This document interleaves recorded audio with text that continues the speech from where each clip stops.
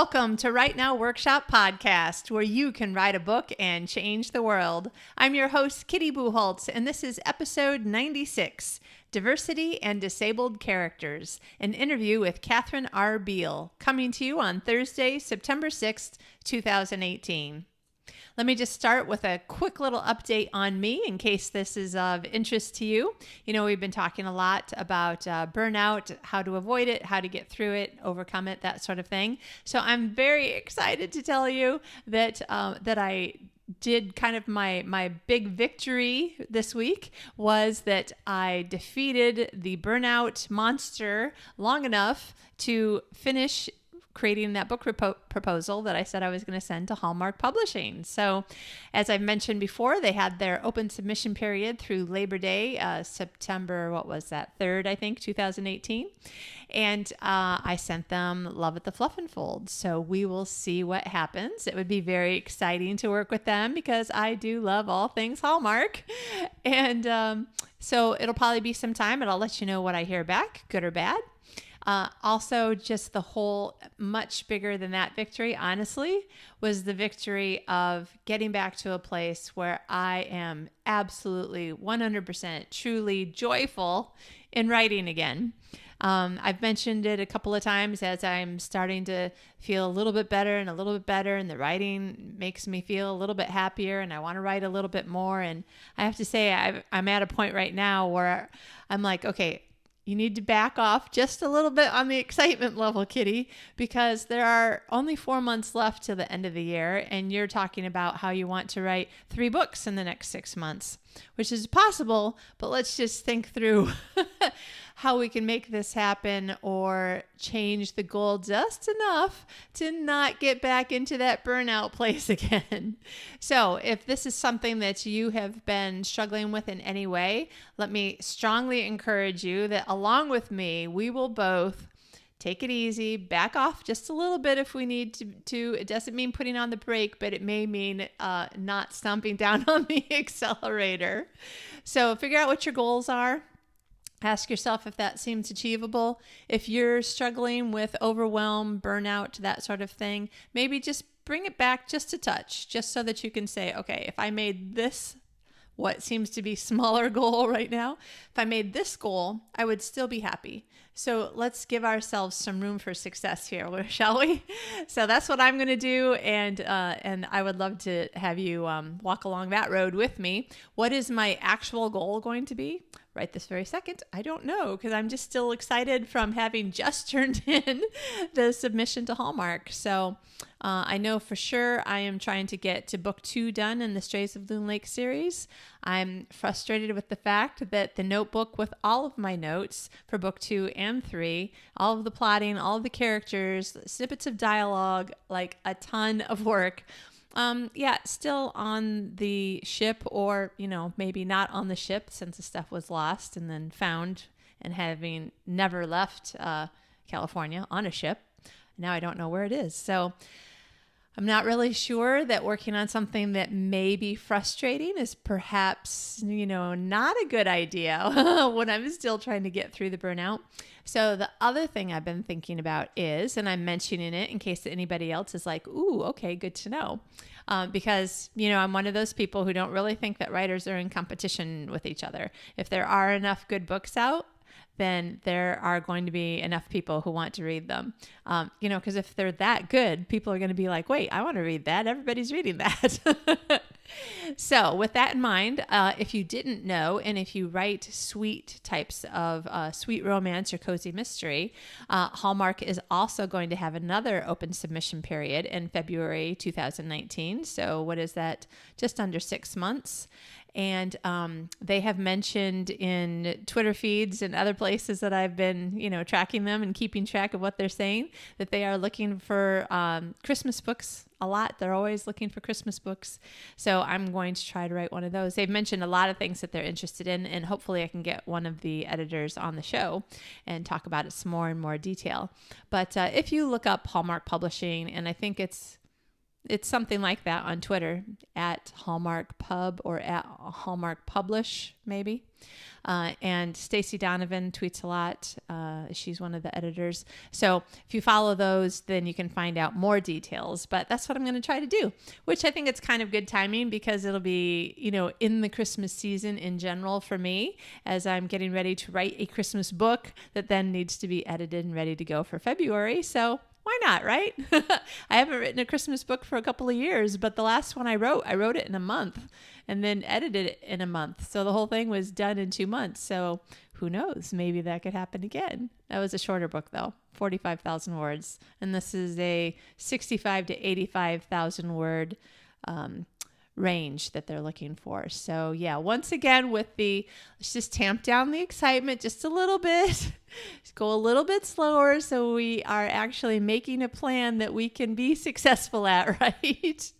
So I am excited. I am feeling a lot more myself, but I'm also trying to be protective of myself because I found myself slipping backwards a few times where I would just get really angry over something that may or may not be big enough for the amount of anger that I let go at it.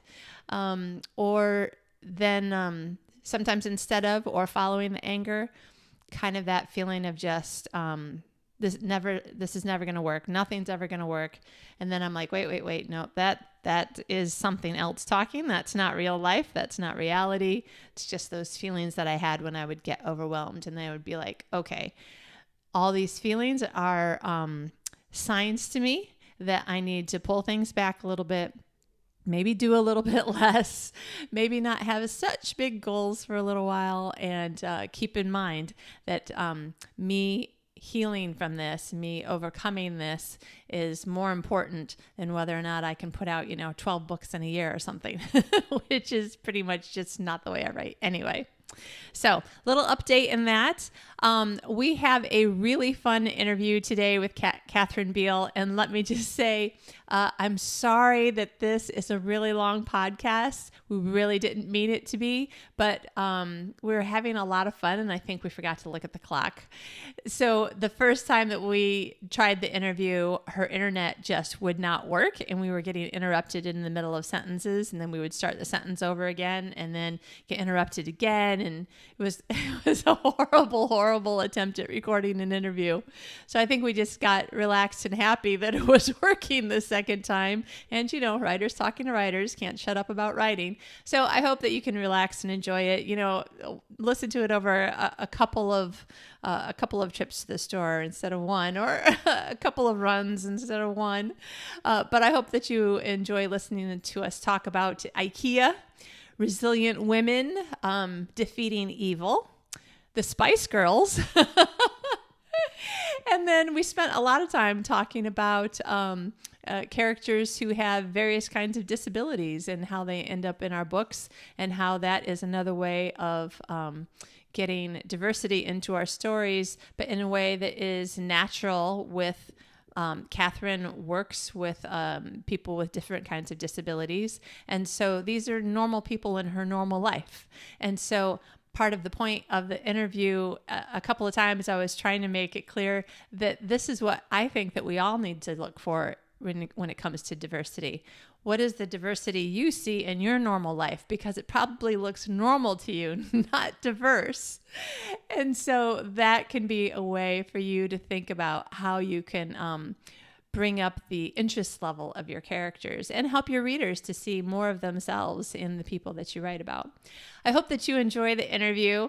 And I hope that you just enjoy. It's two writers talking for a really long time about writing, but we have a lot of kind of interesting aha moments where we're like, yeah, you know what? I think I need to do more of this or try that or that sort of thing. So I hope it helps you in that way. I hope it gives you some ideas and that you just have more cool ideas to write about. Don't go too fast and burn yourself out, but enjoy your writing this week and enjoy the interview. Today's guest is Kathryn R Biel. Kathryn hails from upstate New York, where her most important role is being mom and wife to an incredibly understanding family who don't mind fetching coffee and living in a dusty house. In addition to being Chief Home Officer and Director of Child Development for the Biel household, she works as a school-based physical therapist. She attended Boston University and received her doctorate in physical therapy from the Sage Colleges. After years of writing countless letters of medical necessity for wheelchairs, finding increasingly creative ways to encourage insurance companies to fund her clients' needs, and writing entertaining annual Christmas letters, she decided to take a shot at writing the kind of novel she likes to read. Kathryn is the author of 12 women's fiction, romantic comedy, contemporary romance, and chick lit works, including Live for This and Made for Me. Welcome, Kathryn. Hi, thanks for having me. It's so good to see you again. We tried to film this yesterday, but my internet wasn't having it, so we'd get about, 10, 15 seconds of dialogue, and then we'd have to freeze and stop and start and stop. And I don't know. Yeah. I'm not sure how many minutes the podcast would have been after editing, so we're trying again. Thank you, Kitty, for being patient with me. Thank you for coming back. I am really glad that our time difference is enough that I didn't have to sober up after, You would deserve to do a drunk interview, and it's 9:24 where I am in New York. So if I had to sober up, that would be a problem. Well, we did say that there was going to be a chocolate necessity. So when we went to IKEA to shop for curtain rods, I was like, okay, stopping at the cafeteria and getting chocolate mousse. It's a necessity. It was funny because knowing that you're in Sweden, I was going to make an IKEA joke. And then I just figured that was just too stereotypical. And I can't just assume that because you're in Sweden, you're going to IKEA. And I've never actually been to an IKEA. We don't have one close. Oh, no. So, I drive by it sometimes when I'm traveling, but, we're always on our way somewhere, so it's not a convenient time to pick up a bookshelf. Well, feel free to make a joke, and then come to Sweden in Sweden. I mean, come to IKEA in Sweden. That'd be wonderful. It's funny because when I was talking to John's HR people about, what we should move and what we should just sell and rebuy and stuff like that. And I said, well, our house is pretty much furnished by IKEA. And she's like, well, everything over here is too. So just, you can leave your stuff and buy new and you'll have the same stuff that you had before. I'm like, okay, great. I like this. I liked how this worked. Have you figured out how to put all the stuff together yet, though? Well, I do really quite liking putting stuff together, but let me just say, for anyone out there who actually does enjoy it, and I truly do. At one point, I jokingly asked an IKEA person, if I could get a job in the department that puts together furniture for people who want to pay to have it done for them. But as it turns out, it's much less fun when you buy 10 things and you need to put them all together. So I don't really want people to know, but since we're on the topic and I'm all about being transparent, there are still 4 boxes of things in the living room that have been here for about 3 weeks that we keep looking at the boxes and going, not tonight. We renovated our house 11 years ago, 11 and a half years ago. And I've still got boxes. I feel so much better. Stuff that never went on the wall. I was gonna do something with something. And we've talked about getting a rug for the dining room for 11 years. And oh, thanks for saying that and making me feel better. Yeah, so. Now, So for anybody who's thinking, Kathryn Biel, why does that name sound familiar? First of all, you might have already read her book. She has 12. And second of all, it was just 2, 3, 4 weeks ago. Since RWA, you were one of my many guests on my multiple mini interview during RWA interview session episode. So we were bonding over chick lit. Yes. We love all things romantic comedy, and I keep hearing with some of the movies that Netflix is doing. I don't actually have Netflix because if I had Netflix, I would never do anything. And we can talk about that later because I know that topic's coming up. I had a sneak preview, but romantic comedies made me come back, and I talked to some agents at RWA, and they're like, "Yes, we are looking for romantic comedy," and I'm like, "Because that's all I want to watch. That's all I want to read." I'll read something else every now and again, but I like things that make me happy. The world is too scary of a place. And, I work with sick kids, and Yeah. Yeah. I need something fun sometimes. So, It's funny, and I really appreciate you bringing this up because I think it's important for people to be thinking to themselves, okay, whatever I do different from that person or that person or that friend, whatever it is that I'm good at, there is a reason why I've been given this gift, and you shouldn't be embarrassed by it. So for instance, my older sister is an occupational therapist, and she also works with tons of kids in wheelchairs and wounded warriors and people who have been in car accidents and all sorts of things. In fact, a bunch of her kids have now grown into adults and are still at her therapeutic riding center taking horseback riding lessons / it's really therapy. It's really therapy. Yep. Yeah. I mean, and it's one of those things. As an author, like a lot of our goals is to make a living as a writer. And there's a couple of reasons why I'm not in a huge rush. I mean, the money would be fantastic. I am not going to lie. But I really like my job as well. So I don't mind the balance right now. And people will say, well, how do you have time to write? How do you do everything? And it's like, well, I've made some personal choices, and that includes not watching a lot of TV, not having Netflix. Right. Because I don't watch a lot of TV. I mean, the TV might be on because other people in my house watch it.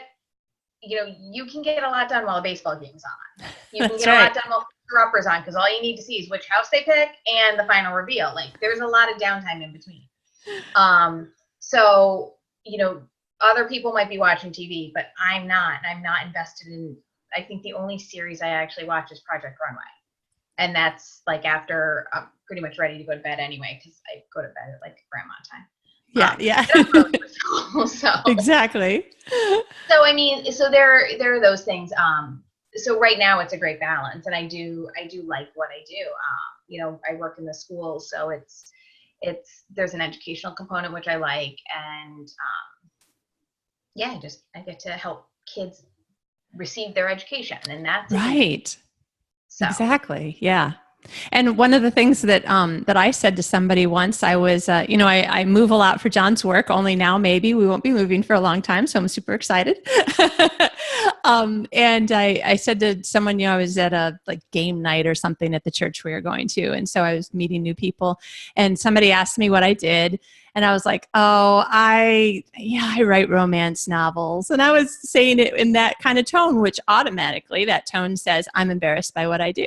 Because I knew this woman worked in the neonatal intensive care unit with babies who may or may not live through the night. And I'm thinking, you have an important job. My sister helps kids walk. I do romance novels. But as a writer, I mean, I'm a writer because I was a reader first. And I don't know many writers who aren't first and foremost readers. Right. What we do is important because for that woman who is taking care of these babies who may or may not live, that does take an emotional toll on you as that provider. And people need an escape. And I mean, if romance isn't an escape, I don't know what is. I mean, I know you and John have been married for a while. My husband and I, our anniversary is this weekend, 17 years. Happy anniversary. It is hard work. It is hard work. And it's great to just have that and they all lived happily ever after.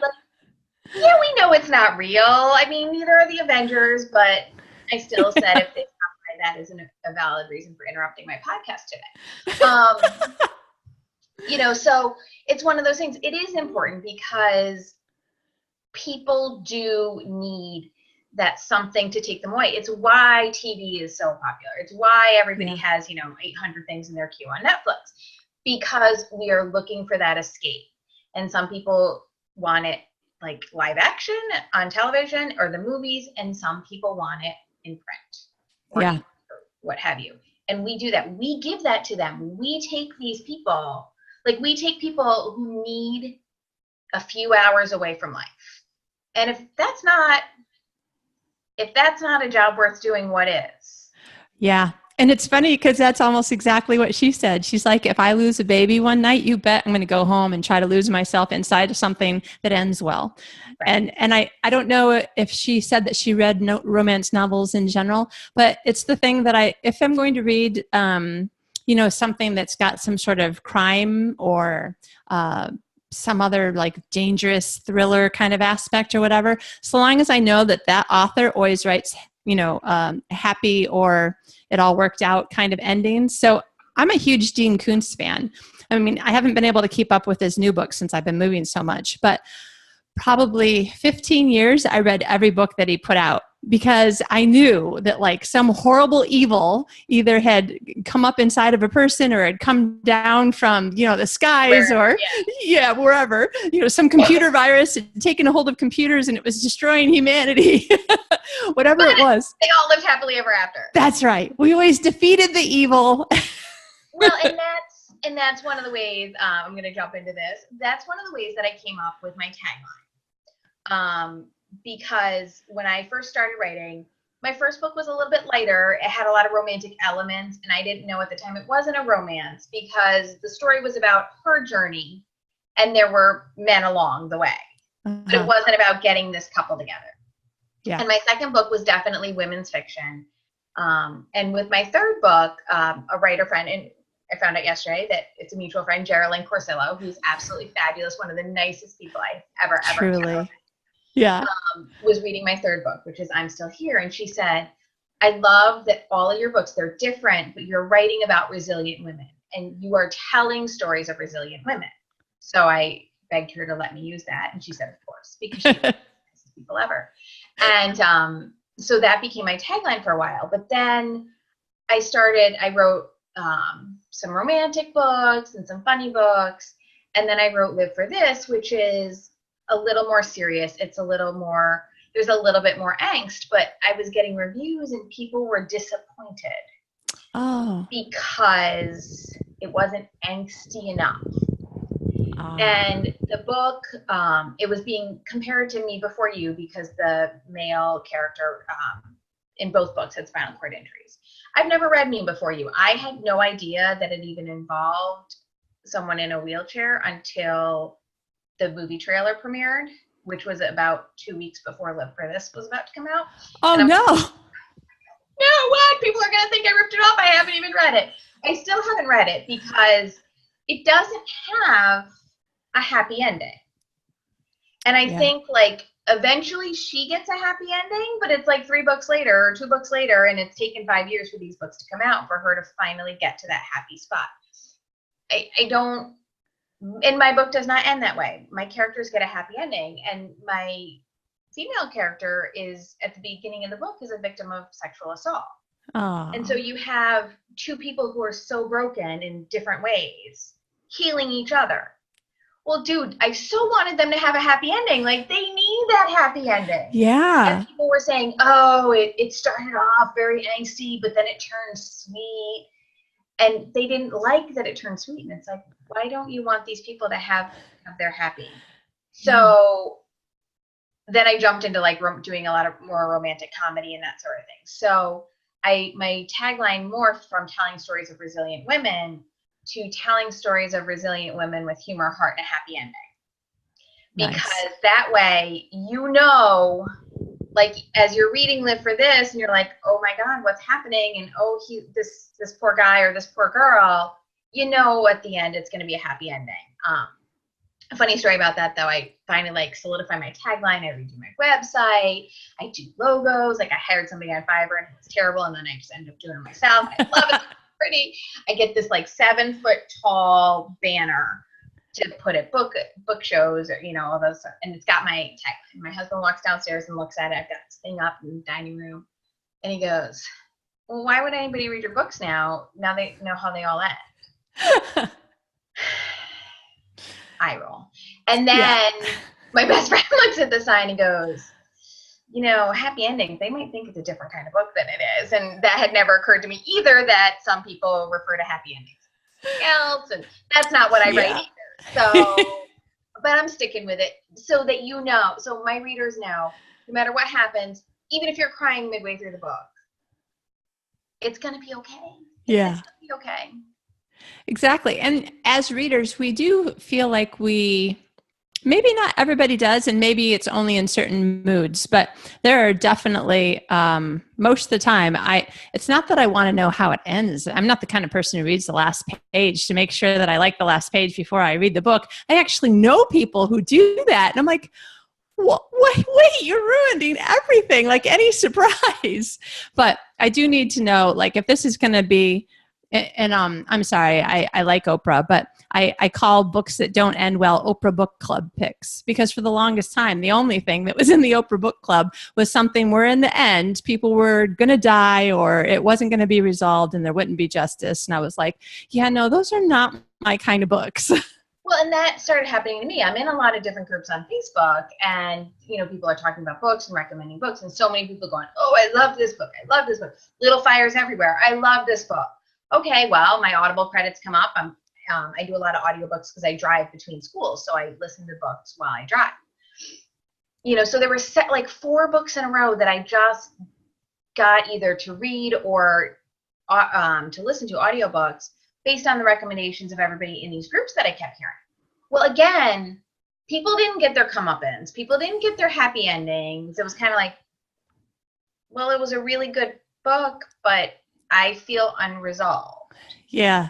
And there were a couple of books that they put me into uncomfortable places just because of subject matter, and because I didn't even read the blurbs. It was so many people were saying, "This is the best book I've read in a long time. You have to read this."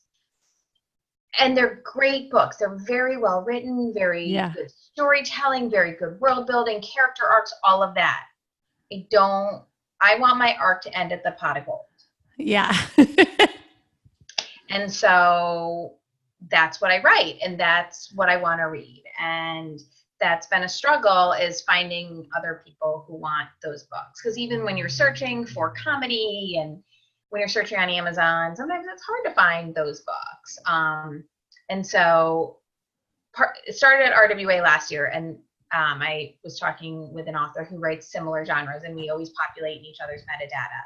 And the funny thing is the day before I met her, I had seen her book cover and screenshotted it to show my cover designer, saying, "I want something like this for my next book." Oh, funny. And then I raised my hand to talk in a session, and she came up to me and she looked at my tag and she's like, "Oh my God, you're Kathryn Biel. Like, I know you." And so we started talking last year, and her name is Violet Howe. And then we've continued the discussion this year. And then this year at RWA, I was with another group of authors, and we all write these women's fiction, like lighter women's fiction stuff that's kind of romantic comedy, chick lit, cozy mystery, a little romantic suspense, but it's this lighter and this guaranteed happy ending. So we've actually just started a Facebook reader group called Smart Reads Happily Ever Afters. I mean, right there, you know what you're going to get. Yeah. And it's 8 of us we're running the group. I mean, please come and check us out if you haven't heard of us. But it's also a place for readers to find these books and share these books. Like, "Oh my God, I just read, this book and it was great and I loved it." And we are sharing Steam ratings, because we do have a wide variety of writers in there. So if people want it cleaner or people want it less, that's not an important thing, because sometimes that comes up too. Yeah. But so we are working on that to kind of build a readership, but also really honestly, it's so I can find books books that you like. Right, because it's one of the girls in the group, Meredith Shore, was like, "I just read whatever book. I don't know if it was Best Day Ever. I haven't read it. I think that was the book she was talking about." She's like, "I felt like my heart was ripped out." And she's like, I can't read books like that right now. And so for the people who can't read the heavy stuff, come to us. We're the lightweights, but still intelligent and still going to make you think, and still real women going through real things and personal growth. I like it. So it's probably something like, just go to your Facebook page and then search for. If you go to my Facebook author page, it's linked there. I think it's, facebook.com/smartreads, HEAS, Happily Ever Afters. Okay. So it's, and if you search for it, but if you go to my Facebook page, which is Kathryn R Biel, author, you should be able to find it there as well. Excellent. Well, I'm totally going to go and join the group as a reader for sure. And that's the thing. And a lot of us, we're looking for books of all kinds. Like I said, as long as it kind of falls under this lighter women's fiction, and people joke saying like, oh, the big thing is like book club fiction, like Oprah book club fiction. Yeah. But how many times you go to a book club and the running joke with book club is that like nobody actually reads the book. It's just like to get together and drink wine. And I think part of the reason nobody reads the books is people think it needs to be this heavy, intellectual, and like, let's face it, I'm pretty sure if you had a book club where it was, something light and fluffy, like if you picked a Sophie Kinsella, yeah, I'm guessing more people might actually read the book because it's not this like, all right, I've got to get in the right mental place. Like, okay. Yeah. Oh, my cat's sick. I can't read that kind of book right now. Right. Exactly. Yeah. So that's what I write. That's what I read. I mean, every so often, let's mix it up a little bit. But, yeah. I had a high school friend who started publishing a few years ago, and he published his young adult. And I read his first book, and it was like high school kids, and they got into mixed martial arts fighting, but they got into fighting because they lived in a trailer park, and like there was like drug dealers kind of overtaking, and like it was an escape, and it was like the only way out. You either became a drug dealer, wow, or like this was this kid's only way out, and like he didn't have food all the time, and it was well done. And I haven't read a book of his since because like I work with those kids, I see those kids coming into school every day. And you don't want to have your heart broken at night as well. Right. So, so again. Yeah. Short story, very, very long. That's well, this is an hour that's all about you, Kathryn. If only the whole world could go that way. I know. It'd be fun. Well, it'd be fun until you're like, please stop.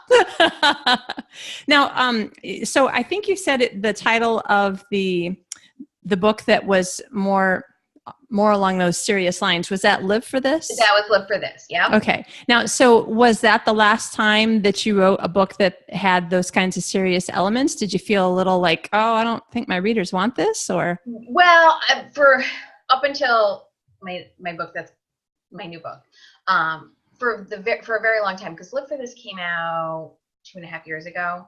Okay. I've easily been able to say that Live for This was my best work. Oh, wow. It's important. It shows survival on both their accounts. And I thought that was very, I thought it was important, and I thought it was a good message. It's one of the last acceptable discrimination is against people with disabilities. Right. And why I tend to write a lot of characters with some kind of ailment or disability, in all honesty, because it's what I know. Like I understand how all these things work. And I mean, obviousobviously I do tons of research as well, but I understand like the medical aspect and this and that. But like I always try to find actors to play my characters. And then I kind of, I know, like I might have an idea of how tall they are or their age, and then I search actors. So trying to find an actor who is actually a wheelchair user was very difficult. And it's like, well, I'm pretty sure there's more than 2 people in the world who want to act, but have also had spinal cord injuries. Yeah. And so in terms of men, I'm like, so it came down to, I found like kind of 3 guys. And one guy had been on Private Practice, but he was older than I was looking for. Mm-hmm. One guy is Daryl Mitchell. He was a comedian who was paralyzed. Okay. And then I found this Irish guy, Peter Mitchell. He had been like a soccer player or a rugby player and was paralyzed in a car accident, and now acts on like an Irish soap opera or something like that. Oh, but like wow. trying to find, real people Yeah. to write about. It's one of the things that ticked me off about the movie Me Before You is because the actor was very clearly not paralyzed, and there were some very big inaccuracies with how he was portrayed. Oh, yeah. Yeah. So that was just one of those things. I mean, years ago I had read Neanderthal Seeks Human by Penny Reed, and I messaged her and I said, Janie has Asperger's, right? Like she's on the autism spectrum, right? And Penny said, well, yes, but I didn't write a book about, and she said, and I said, but you don't mention it. You never mention that she has Asperger's. And she said, right, because it's not a book about a woman with Asperger's. Yeah. It's a book about a woman finding love. And I just kept thinking that there's a lot of people whose bodies aren't perfect. Yeah. And there's a lot of people whose minds and souls aren't perfect. And don't we want love as well? Yeah. Yeah. And I think that is one of the, so when we talk about it, RWA, you and I happen to both be RWA members, and I am taking a wild guess at the other organizations, the Mystery Writers of America and Sci-Fi Fantasy Writers of America and Thriller Writers of America. I mean, I'm sure they must talk about these things too, but we've been talking a lot the last couple of years about diversity in writing, and as far as characters and, character cultures and that sort of thing. And it seems to me like 98% of it seems to be aimed at race, which for me is odd because it's just not the sort of thing that I would look at and maybe be thinking about whether or not, like asking myself, am I prejudiced in any way against this? Because I know that my prejudices are in other weird and embarrassing places. And some of the other things that make people feel other are definitely in other places, like whether or not they have 100% perfect body parts. I just saw a man the other day on the at the bus stop, and I can't remember. I know that I have known at some point what it is that sometimes makes a hand kind of go backwards on itself, and so it's kind of more or less unusable. And I saw he had one hand like that, and he was just a regular guy going to work, and I was thinking, yeah, have I ever seen or read a hero, who had any kind of disability of any of the even smallest degree? Because to me, that is so small, it would be almost unnoticeable to me as a human. Right. Like I said, it becomes a theme. And I had toyed with the having a character who had an injury that required use of a wheelchair. And in Jump, Drive, and Whale, I had originally toyed with doing that. So the premise of Jump, Drive, and Whale is it's a contemporary romance. It's a dual point of view. And she was a ski jumper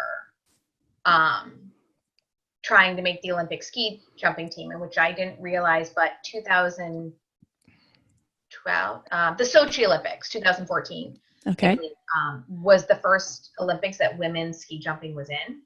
Oh.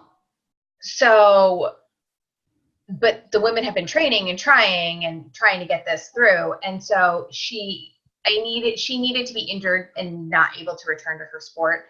But I also knew if she was in a wheelchair, she would probably seek Paralympics. Okay. So I had thought originally that she was going to be in a wheelchair, a wheelchair user. And then and that was because I was walking in the market one day and I rounded the corner and there was a woman who was using a wheelchair. I would guess, based on my knowledge, that she had a spinal cord injury based on her presentation. Yeah. And it was like, I want to write a character like that. And it was just one of those, she's going about everyday life. So in Jump, Drive, and Whale, my character Caitlin has a foot drop from an injury. So she has to wear a big brace on her foot, and her foot otherwise just kind of drops down. And so to a lot of people, they wouldn't see it, but it's totally changed / ruined her life, because her whole goal in life was to be an athlete. That was her right. goal. And with Olympic athletes, I mean, that is what they eat, sleep, and breathe. And then of course he's a figure skater. So it was kind of like, I did a dual point of view, but she was much more like hard, and he was a little bit more in touch with his feminine side, being he was a Paris figure skater. So and he actually had gone to the Olympics and did very well unexpectedly. And so he kind of represents everything that she lost. Yeah. So that's their big thing. I like it. Over. But so she does have a physical disability as well. And one of the things that makes me happy, I don't have a physical disability. I mean, I'm able-bodied. But one of the things that makes me happy is when I read a review and somebody says, well, I wear a leg brace, or I'm a wheelchair user and this is a realistic view. Nice. Because I feel that it's important. Again, so this is the topic we've been talking about. Where do you see people who look like you? Right. And so I know that this population, I'm not doing it because it's underserved and, oh, let me be so magnanimous. I'm doing it because it's I have 8 years of schooling, helping people with physical disabilities. I have, almost 20 years experience working in the field. It's what I know. Yeah. And something you're passionate about. Yes, absolutely. So, I anticipate, I have a character who had a brain injury, and so she has to rehab from that. Because one of the things that ticks me off is when they had a stroke, they were in a coma, and then they pop up out of bed and they're walking. And it's like, no, that's not what happened. No, and I had a friend writing a book, and the grandmother had a stroke, and she was in bed, and she was in a coma, and it's like, okay, well, we're going to bring her out and ask her what she knows. And it's like, yeah, no, this is not how the recovery would be. And let's get it right, because. Well, what my mind's doing right now as a writer. Okay. So what kinds of things can I ask Kathryn and my sister Bonnie about to make sure that I do some characters so that they seem totally real to any reader? Well, and one of the things that in my book, Once in a Lifetime, it's like a totally fun book. It's one of my favorite books.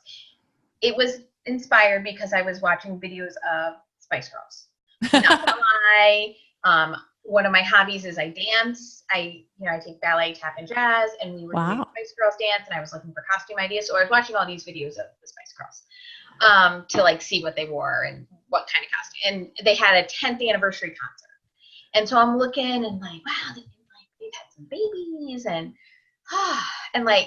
they're doing all the grueling dances and the costume changes and this and that. And it's like, what would it be like as a woman? I'm thinking about it. If you stop doing this and then all right, we got to get back together.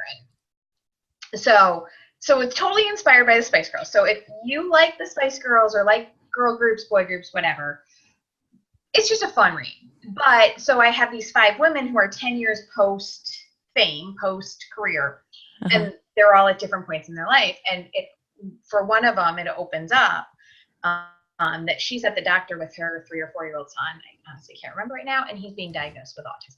Oh, no. And so, she's like, I so don't have time for this because my life's going off the tracks here, and I need to be here for him and this and that. And some of that was ripped from the headlines. I mean, my son is on the autism spectrum. He has it was Asperger's. I mean, you wouldn't know it when you talk to him, but when he was 2 and 3, things looked a little different. And so some of that was drawn on from inspiration of what I went through and what other parents I know went through. And so I get people say, I mean, this is this fun book. And they're like, but I loved the part about the mom. Yeah. The kid who has autism. And I mean, right now the prevalence is 1 in 44. So chances are, somebody who is going through that, at least in the United States. I can't speak for worldwide, and I have a whole lot of different thoughts on why that is. And that's a different topic for a different podcast for a different day. But but it's something a lot of us go through. And when you're going through it, you feel so alone. And so, there's a lot of denial with any of this, whether it is, receiving a brain injury or ending your, athletic career, or a lot of us go through denial. So even if you don't have a child on the spectrum, even if you are not a disabled athlete, even if you are not a sexual assault victim, you can relate somewhat and then get a happy ending. Right. They're not sad. I mean, they're not sad books, believe it or not. I love it. All right. Now the one that you got the idea by watching the Spice Girls, what's the title of that one? Once in a Lifetime. Once in a Lifetime. All right. That sounds good too. I'm like, okay, which ones are the ones? I mean, you have 12 books. I can't read 12 books in the next few days, but I'm like, oh, what am I going to read? That sounds good. But it's interesting because Patricia Rushford was on, sorry, that is the wrong one. That is another writer who has not been on the podcast. Patricia Bradford was on the podcast a couple of months ago. Bradley, my goodness, I'm so sorry. Too many author names in my head. And she was talking about, it is the book that we were talking about that had just released because I had read it before I interviewed her. And she's like, oh, and we didn't even talk about that character. And at first I was like, okay, yeah, why would we be talking about her? Because some things in your life just seem normal. And so one of the characters in her book has some kind of mental disability. And but she was such a charming girl. And that's what I saw her. I saw her as the charming daughter of, so-and-so who really loved jewelry. And I was like, that's really cool. I like it. And I could imagine people that maybe I'd met who might be similar to her. But Patricia was saying, but the fact is that this is not in fiction a lot. And I based her off of a friend of mine's daughter who is so excited that she's in a book now. Well, and I think part of the conversation that's happened in Romancelandia about diversity and this and that, and bias comes in, and it's reader bias, it's author bias. But, if you are talking about your two main characters and they're at a restaurant and they are at the table, and I pretty much, generally speaking, only describe physically at all my very main characters. Mm-hmm. And then unless something comes up, like I kind of just leave everybody else, picture it how you want. Yeah. So there's different discussions like, okay, well, everyone in the restaurant's white. And it's like, well, why are you assuming everyone's white? Right. Like, it's not. So when you picture a restaurant and you have your main characters, but then if you pan out, what does that audience look like? And I know, it will depend on where you are in the country and where you are in the world and what the setting is. But when you pan out, you will have people of different genders and different orientations and different colors and different shapes and different sizes and different able body issues. Yeah. So that's and it's funny because now, like, as I'm going through my books, I would say I have like a thing that has some of my books on it right up above my computer. I would say almost every one of my books has at least one character somewhere that has different abilities, or is not like your cookie cutter right character. And that's just how I write. I mean, I don't. Yeah. And see, that's the thing, is that I think people tend to write what they know, write the world around them. So when I was very young, I lived in an all-white community that was all white because white people lived there. And I remember at some point looking backward and thinking, why is everybody making me feel so bad that I have so many white characters in my book when I'm a white girl who grew up in a white community that nobody else lived in? The majority of my characters are Catholic because I am Catholic. I went to 12 years of Catholic school. Growing up, there was one family who I think was Mormon, but like we didn't talk about it. They lived in our neighborhood. My mom had a Jewish friend. She worked for a Jewish dentist, oral surgeon. So we were friends with that family. So like I actually did go to a bar mitzvah one time. And my grandmother was Protestant. That's a lot of people. That's it. Everybody else was Catholic. Yeah. It's what I know. I chose to go to a very large urban school where I end up with this peer group of friends. There were 5 of us in the group. One girl her dad was Jewish, but her mom was Catholic and she was raised Catholic. everybody else was Catholic. And it just happened that way. You know, my college, like the roommate that I was placed with and the two girls next door, they were just like, that became my friend group as well. Is it still now? No. One of my close friends at work is Jewish, and I ask her a gazillion questions, and I've somehow weaseled myself into a very, very Mormon group of writer friends. And so they're sick of me because I ask a gazillion questions. I had no idea like what Mormonism was, and there's a lot of misinformation out there about it. And as my friend says, like, we're actually really boring, and if people knew like how boring we were, they'd stop asking questions. But then it turns around because one of my Mormon friends is writing a book with a Catholic family, and so I'm her like Catholic go-to person. Yeah. But it's not, I mean, I don't know. I know you'll find this shocking, but I talked to a lot of people at RWA, and I talked to a lot of people I just talked to a lot of people, and it was very, very diverse, and it was great getting different people's perspectives on things. And like, I had this great conversation pretty much where we filmed our little podcast, that like little lounge area, because I was spending a lot of time there. Her name is Laurel Cremont. I don't know. She worked in genetics. She did all this like genetic research. So we started talking about like the genetics of autism and this and that, and all these diseases that are like, I mean, so we had this great conversation about genetics, and like, that's just what I love, because I just like talking to people, and I don't, and I just try to incorporate that into my books. So I don't know where we're going, because I think I just took a tangent train, like way off topic. So I apologize. You can edit all this. Like, no, we don't have to edit right now, and like, you're supposed to know. I know, it's kind of like, wow, we don't have any reason to start over. I guess we should just keep going. But the thing is, this is actually turning out to be a far more interesting conversation than we had yesterday. We can actually have a conversation. Exactly. When I told my husband, I said, seriously, we didn't even get a full sentence out and the internet would stop again. And he just looked at me like, how did you live? Yeah. But see, this is a really interesting conversation, because I will say, this is kind of hard, to tell people what you really think. But I feel guilty if I'm like pointing to a friend across the room and I'm like, okay, do I call her the black girl? Do I say the guy in the wheelchair? Because that seems like pointing out something that's the somehow not normal when there's nothing abnormal about it. It seems so weird.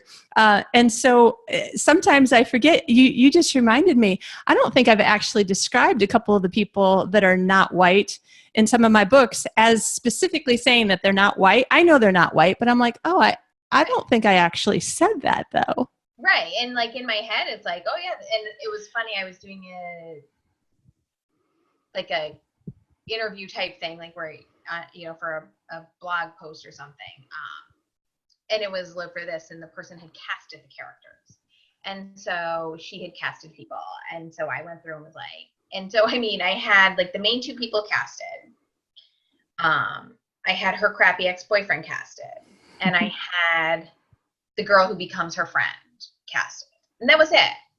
And so there were a lot more characters in the book. Like, I didn't have the main character's brother, who has a huge role. I didn't have him casted. I didn't have like his ex-fiance casted. So all these things. And so she was going through, and she gets to the best friend, Nikki, and she had, pulled up some actress, and I'm like, oh yeah, no, Nikki's African-American. And I think I described her skin at one point, or her hair or something, but it was like just a passing line. And so I just always saw like, this is what Nikki looks like, but I hadn't described it. And so I do, if I have an idea for a character that is specific, I do Pinterest boards. So if people are really, have a lot of time to kill, they can go and look at my Pinterest boards to see my casting. But if the character's not there, that means interpret how you want. And if they're a relative, well, maybe they might carry some of the same features. But if they're not, like, have at it. I mean, I do in my new book, Paradise by the Dashboard Light, I have a couple of character descriptions, and one of them is important because there's paternity question, and it's very easily determined upon looking at the child, because the child is biracial. And so somebody gets trapped with her bad behavior.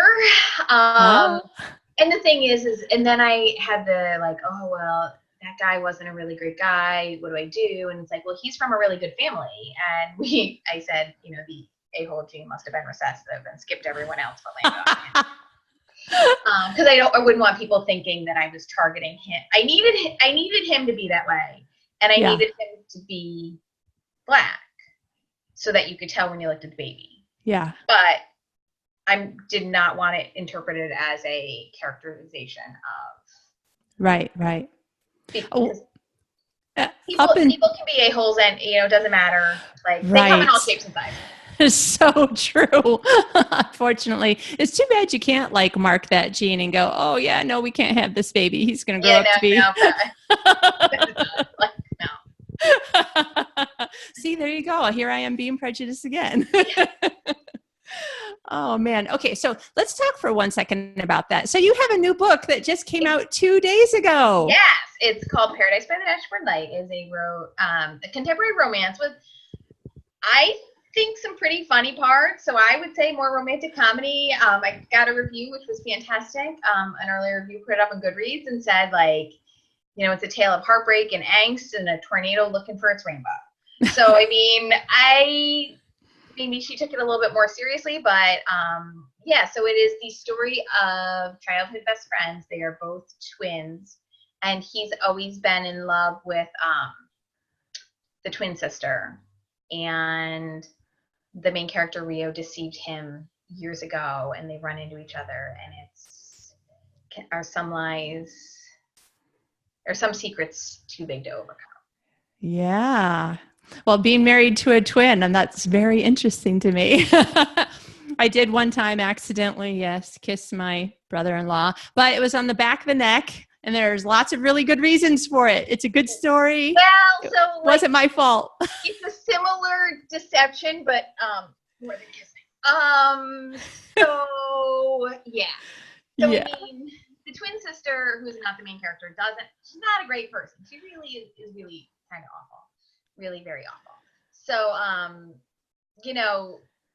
our character, my main character, Rio, she makes a really big mistake, but she's also a teenager and she really regrets it. But, is this going to be the thing that stands in the way of her happiness? So, yeah, I'm excited about it. It's been a labor of love for me. A lot of work this summer went into it. Nice. Oh, that reminds me of another thing that we did talk about yesterday that this is a great segue. So tell us a little bit about, so in the world of... My daughter was standing right off camera with like something on her face, like to make me look and laugh. She put a spider on her face to make her Spider-Man because my sign says, only interrupt in case of like natural disaster, fire, blood that it cannot be treated with first aid, or an Avenger stops by.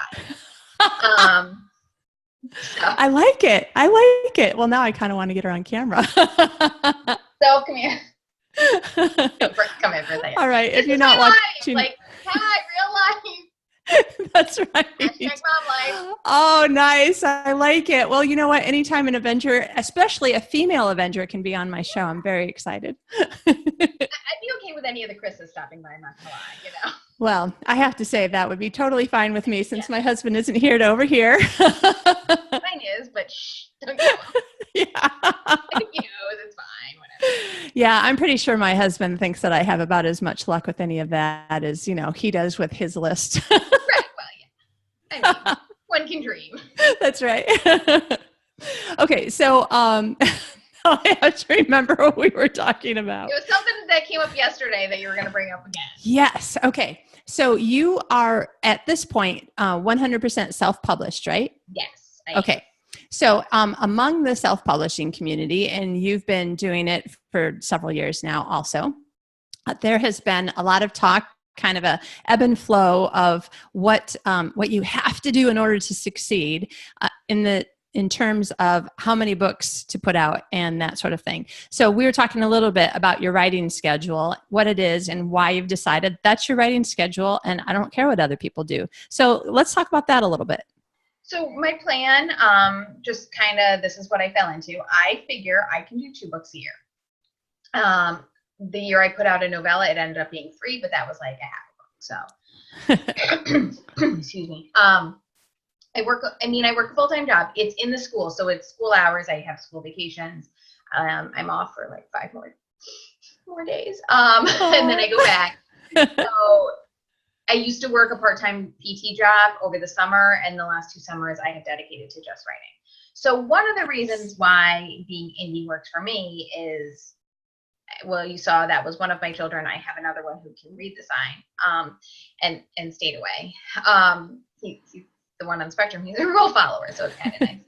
Except he's also a teenager, so sometimes he just feels like the rules don't apply. But anyway, Yeah. but I have 2 kids. They're very active. They are involved in a lot of things. School is our first priority. My son's starting high school, so that's going to be a big thing with like managing all of his stuff. Yeah. You know, in terms of the class load and the workload and all of that. So this is what I can do. And, you know, a lot of people that I talk to, they get burnt out because they're trying to push themselves for an arbitrary schedule. And Yeah. it's not arbitrary, because you have to get books out there. Like, you have to get books out there. You have to build your backlist. You have to put new things out. But I don't understand what the point is at the end of the day if you don't have time for the people in your life. Yeah. And so, you know, I will talk to a lot of writers who's like, I write 16 hours a day. Being a writer, especially indie, when you're on your own schedule, I feel like there's sometimes a pressure to every minute you should be working 24/7, 365. Yeah. Because my computer's always here. I always have access to it. I should be working. I should be marketing. I should be writing. You know, why is that next book not done? Why did I take a break?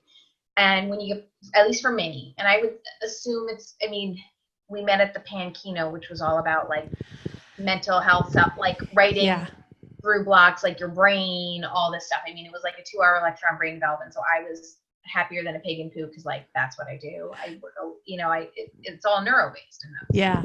I totally love neuroscience, everything about neuroscience. And so like, I end up like having like a little mini discussion at the table, and Dorinda Jones was sitting at the table with me, and she's one of my like idols. Like, I love her stuff. She's one of the reasons that pushed me into writing. And she's like, you could do it. You could do a course on this. Like, you really know your stuff. And I'm like, right. Okay. Anyway, so you can't, when you're stressed, you can't be creative. Like, we're artists with this stuff. So if you're pushing and pushing, the words are not going to come. Like, I had a conversation last night, one of my author friends who I owe everything in my career to, called me at like 9 o'clock last night. She's like, listen, I know it's getting close to your bedtime. She's in a different time zone. She's like, but I got to talk through this, because I'm supposed to have this book out in like 2 weeks, and it's not going to happen. And I hate the book. I want to give up writing. I hate everything about everything. And so, like, all right, let's talk through it. Let's this. But you can't be creative when you're burnt out, and you can't be creative when you have all of this pressure. Sometimes pressure works. I do better with a deadline. Like, I do better with a deadline, because that's why Paradise at a Dashboard Light took me like 9 months to write, because it was like, whatever, I'll get it done. But I didn't have a deadline. And so the last couple of books I have put up for pre-order before they were done. So with Amazon, you can put it up for pre-order 90 days before release. So that gives me 90 days. I have another visitor. Hello, another cat. This is Butch. His brother is Sunday. So, I would put it up. I'd have to finish writing, get it edited, boom, book's out. But it works for me. Like, as soon as that deadline goes, and it's like, oh my God, I put up a book for pre-order. It was 27,000 words when I put it up for pre-order, but it was a second in series, and I had a book club, so I had to get it going. Yeah. And, so, that worked. I wanted to try a different editing process this time, so I did not do that. But like, for years I had done NaNo, which is National Novel Writing Month, which is the month of November, and the goal is to write 50,000 words in 30 days, which ends up being almost 1,700 words a day, which doesn't sound like much until you're staring at a blank Word document. Right. And it's also, we talked about this yesterday, it's Thanksgiving, which is my holiday. I'm not much of a house cleaner, so to get ready for Thanksgiving, it takes me like a week and a half to clean my house, plus all that stuff. I also have a conference that I go to as a physical therapist. I have to do continuing ed. and there's a conference every November that I go to. So it's like several days lost. So for me, it ends up being closer to 2,000 words a day, which in theory is doable. I do actually, when I can write, I write fast. But, you know, the last 4 years ago, I did Nano, and I was working on I'm Still Here. And my goal was to finish I'm Still Here. And it was like November 28th. And I thought I could finish it up. And we had family in town. My aunt and uncle and cousins were up from New Jersey, and my mom's brother. And we were all at my parents' house, and they were going to play dominoes or something. I was like, no, I'm going to go. Like, I got to get the kids in bed. But it was because I wanted to go finish writing. Yeah. And that was, like I said, the end of November. I think I finished the book that night. Because I was that close to the end. And you know, when you're that close, you just want to ignore the world and just power through because you know it's coming. It's true. Yeah. And, but my aunt and uncle went back to New Jersey that day. And just after the new year, he was diagnosed with cancer. And he never left the hospital. And I did go down to see him. But I will always have a moment of regret that I chose to go home and work when I could have spent a little bit more quality time, like hindsight, 2020. So you can't make excuses. You have to put your butt in the chair. You have to do the work. But there are times where you also have to say, hey, you know, this is going on. My daughter's struggling with this right now, or we're doing this as a family because this is my summer vacation. This is my kid's summer vacation. It's 900,000 degrees in New York right now with like a heat index of 1 million. Yeah. We're going to go swimming. Like, because Yeah. the temperature's going to drop and we will be in boots in like a week. So, Right. because it's upstate New York. So if you don't like the weather, wait, a day and it'll change. Yeah. But my kids love to swim, and this might be the last time. So like after this, we're probably going swimming for the 3rd day in a row because we've had this little heat snap. They're going to swim. Like, this is it for the summer. Yeah. We won't swim till after Memorial Day, and maybe not even into June, like till the end of June next year. So, those are the choices. Should I write this afternoon? Should I do promo stuff? Because we're filming this right before my book comes out. So I have to make graphics and contact people to see if they'll put it on their Facebook page. Yes, I have all that to do, but,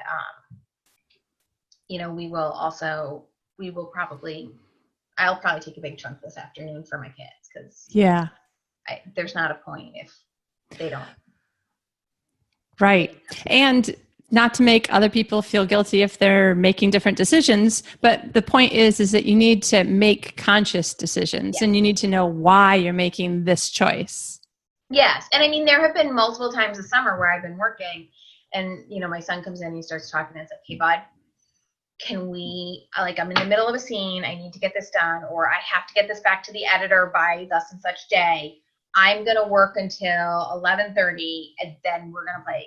Like, pick out a game. I don't care if you sit here and do whatever. Why don't you get your book for school and read? You can be in the room. I can't talk to you until this time. And then I take a break and to be with my kids, to do family things. And I think a lot of us feel we have to go. We have to be on. We have to be authoring and doing authorly things all the time. But, you have to work. You have to commit and you have to get it done. But you have to balance too, because if you're out of balance, the creativity is going to suffer. Right. And the talk that we went to, I think Roseanne Bain is the name of the woman who gave the talk, which I hope to have on the podcast sometime in the next few months. Yeah, she was totally cool. But what was really interesting was that she was explaining. She did kind of a quick overview. It's probably too short for people like you and me who really are into it, and too long for people who are like, why are we talking about brains? But she did a quick overview of what all the different pieces of the brain do and how they interact, and specifically then how they interact and make you feel creative or tired, fatigued or excited and that sort of thing. And so she was explaining exactly why we're getting burned out and how doing more of it is not going to make us feel better. Right. One of the things she had on the table was coloring stuff. Which I brought home some of it. Yeah, and the gal I sat next to was in a definite spot of burnout, and there was a writing activity where we had to write a lot of like what was going on and what was holding us back. And she got very emotional, and it was kind of a breakthrough. And she's like, and then every time I saw her in the conference, she was crying or coloring. Oh, coloring. Good. And she's like, oh my God, I'm gonna get coloring. Like I've seen adult coloring books, but I never understood what it was. And I have a running joke with Kathryn R Biel because I was at Indie Scribe last year, and she was doing a seminar on pushing through your life tragedy to keep writing. And she had like over a year-long experience with the fires in California, like pretty much happening right by where she lives. Yeah. And then, the mountain behind her burning down and never knowing who was in her house. And then came the rains and the floods and the mud and yeah, and all of that. So, and how she was on deadline. And there were times where she had to call her editor, call her people and say, I can't, like, I've got to push this back. Like, I'm shoveling mud. I can't. Yeah. But she was like, what was the last excuse you used not to write? And I was like, I took up knitting. And so she is constantly ribbing me about my knitting. And I mean, I have like, this is my office. It's stuck. I have like my knitting right here. Right next to your desk. Working on a baby blanket. Nice. But like, so that if I get stuck or if I need to watch something or my computer's acting up or it's updating, because when my computer updates, it updates for like 3 hours. I'll knit. And I've had many people. So Kathryn and I like go back and forth about knitting. And she's like, if I see you with the knitting, I'm taking it, I'm throwing it out. And then she was doing a conference, she was doing a course, and there's Lee sitting in the front row knitting, and I was like, ha. But many people have said, but you need that to kind of get out of your own headspace and kind of put you in doing something very rhythmical and something just that distracts you enough. And so sometimes I just knit and like think about my characters, and it's like, oh, put it down. Yes. So, you know, yeah, it's a balance. It's a balance. Yeah. Like everything. Right. Oh man, this is so interesting. I could totally talk to you for longer and longer. Well, now that we have an internet connection that works, I mean, it's been an hour and like. This is amazing. Yeah, right. As soon as we say goodbye, it'll be like crunching and going away. All right, I got this going. That's it. That's right. Well, one last thing, if you just haven't, one more minute. Yeah. We talked about something else that I thought was really interesting about you yesterday. And also, I'm sure that people who are listening are taking the bits and pieces of things that are applicable to them where they're at right now and getting tips and ideas out of it. One thing that people talk about a lot is voice. And I noticed when reading so you have a lot of books. So I was reading like the first chapter on Kindle of all of them. And I was like, holy cow, Kathryn is one of those people who you don't even have to know who wrote it. And as you're reading it, you're like, this is Kathryn Biel. It's got to be, because the voice is so distinct, and it just sounds, even when the characters are, it's not that the characters sound the same, it's just that the writing style is so distinctive. And I thought it was really interesting. And so I thought that one might be something else that we would want to talk about real quickly, because sometimes people really struggle with that. It's all an accident. Like, and I wish I could, take credit, and I have, my first book is Good Intentions, and if you read Good Intentions and you want to know what Maggie sounds like, just listen to this podcast and then picture her in my voice. And Maggie, I write how I speak, which tends to be a little staccato. Maybe I get off on a little tangent, so my editors have their work cut out for them, like pulling it back, making sure every word is important and counts. Because I use more words than I need to. Most of the time. But, you know, I wrote my first book, and I honestly had no idea what I was doing. And I didn't want to tell anyone that I was writing, because I'm not a writer and I haven't taken writing courses. And I have to write for my job. I do write letters and evaluations and stuff all the time. But I never realized I just thought like, this is something PTs do and this is where everyone is. I never realized that I could write, if that makes any sense. Yeah. And then I started writing a book, and people who aren't related to me bought it. And like people who I don't know read it and reviewed it. And so with my second book, I made a very conscious choice. I read I think I read like Tess Tuberville's and like a few other books to like get into a different mind space and a different headspace. And it's my only book written in third person. Okay. And somebody said like, it's written in third person, but you feel like it's first person. Like you feel like you're in her head. And I've tried to get back to third person, and I have not been able to.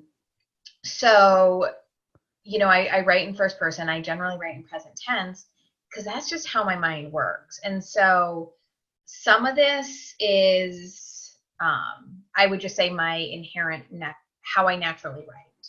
Yeah.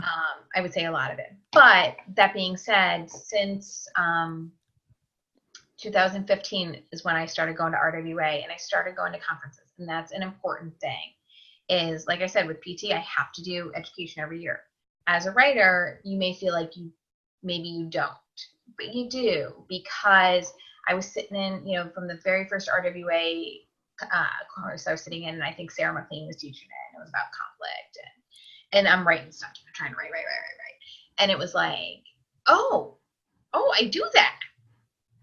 And then it was like, oh, I need to be better about doing that. And it's still, I go in to every one of these courses.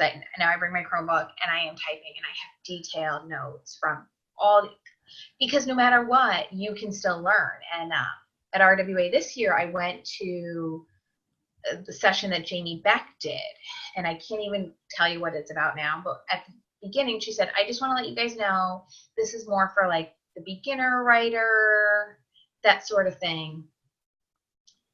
And my friends and I, who all have multiple books published and have been out for a while, kind of like, all right, well, we'll like one by one kind of peel off, but let's see what she has to say.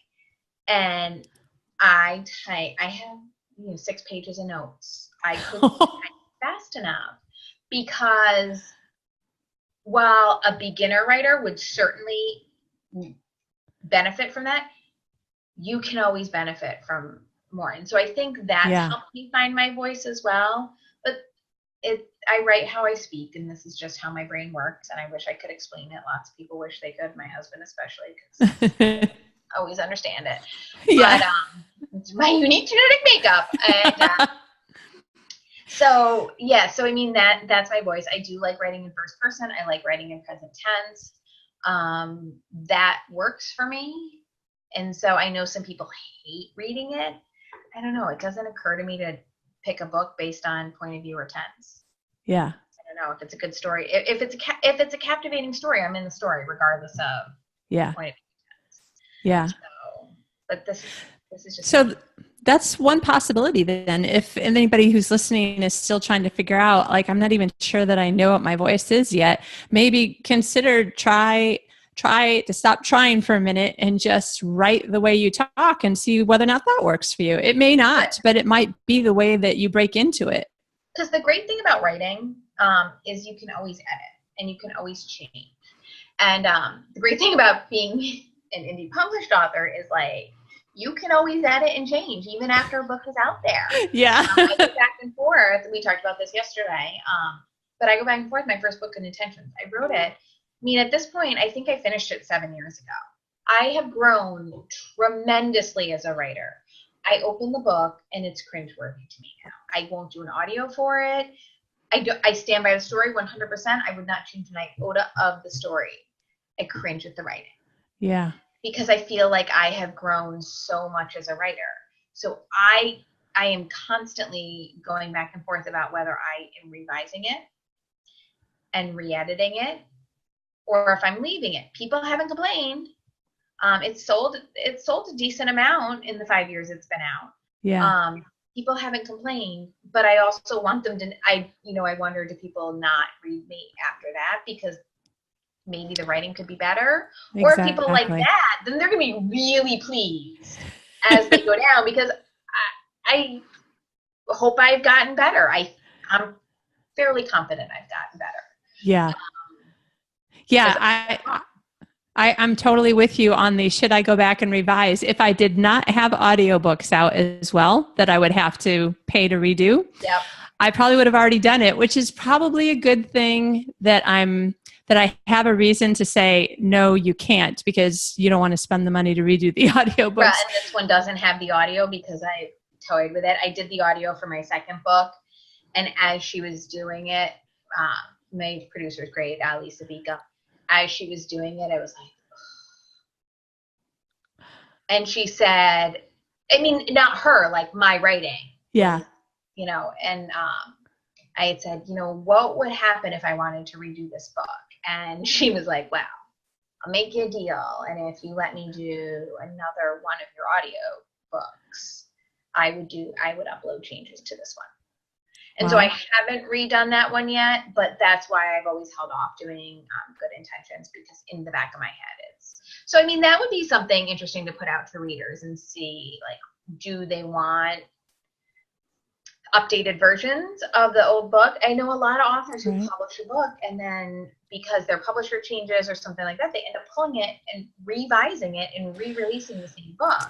That is true. And we talked about this yesterday, but you know, when we're not pushing ourselves to be creative, sometimes that's when all the story ideas come, and like we all have files on our computer and notebooks and pieces of paper everywhere, and we will never have enough days in our life to write all these story ideas we have.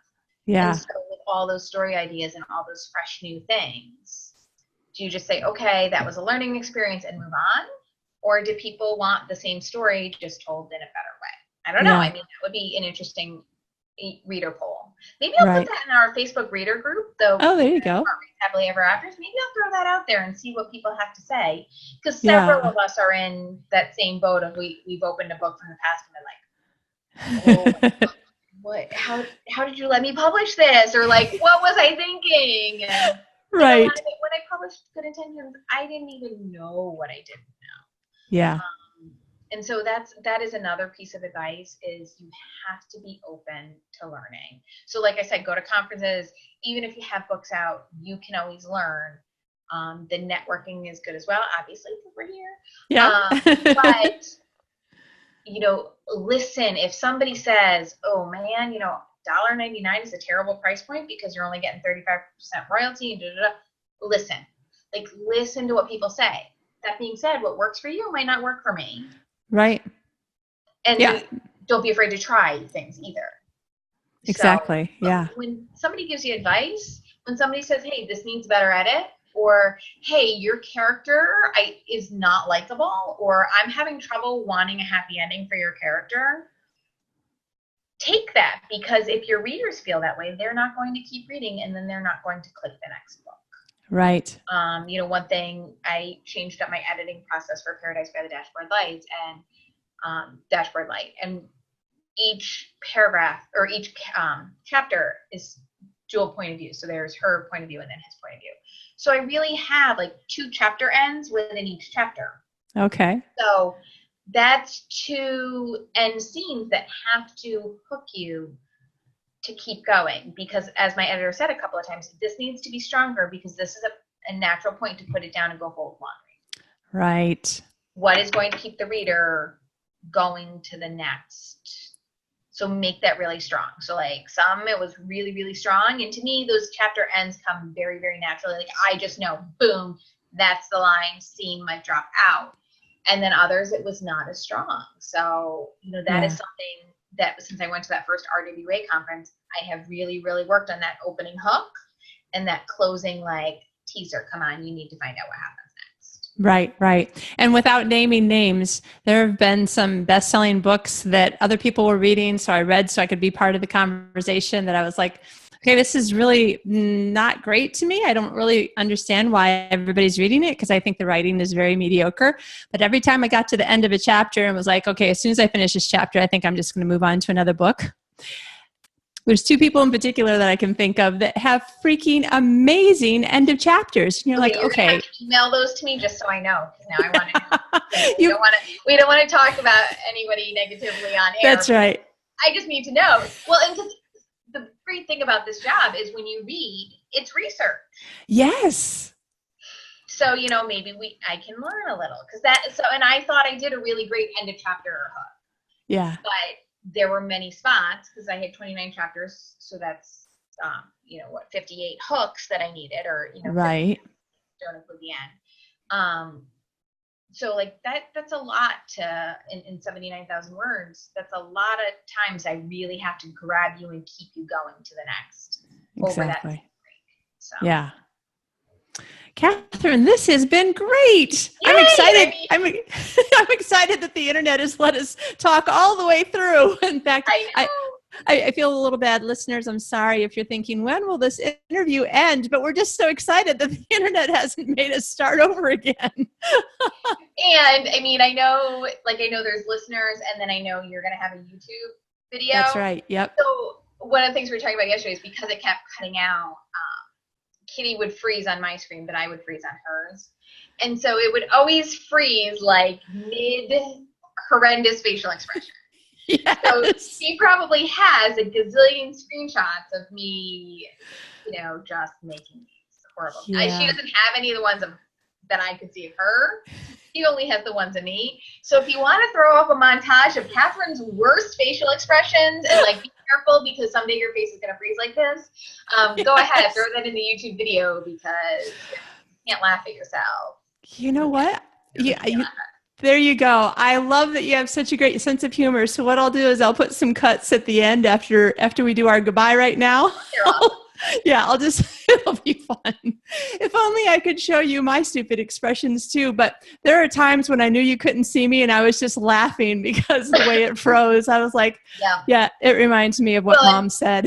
I kept getting a lot of Kitty laughing, so her head was thrown back, mouth open, I could check out her tonsils, they look good. She's with the doctor right now. Although I hear the healthcare in Sweden is good, so she's probably all set. But the tonsils are good right now because I saw them a lot.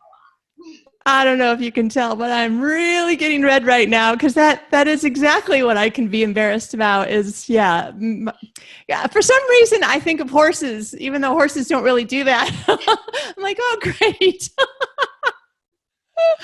Oh, listen, okay. So we really have to stop talking, even though the internet has not forced us to quit talking. Where can listeners find out more about you and your books? I have a website. It's www.kathrynrbiel.com. It's KATHRYNRBIEL.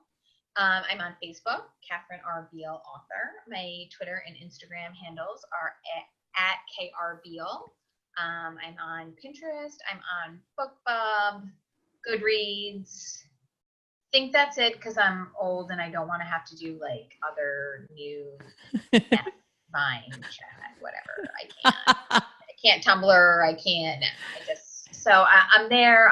Facebook is where I'm probably most active, but I try to tweet when I can, and I'm getting better about Instagram, but I don't selfie well. It's all sorts of bad angles and double chins and and I really don't want to be one of those people who takes pictures of my food all the time. FYI, I take a mason jar salad almost every day to work. You don't need to see that every day. I don't want to eat it every day. You don't need to look at it every day.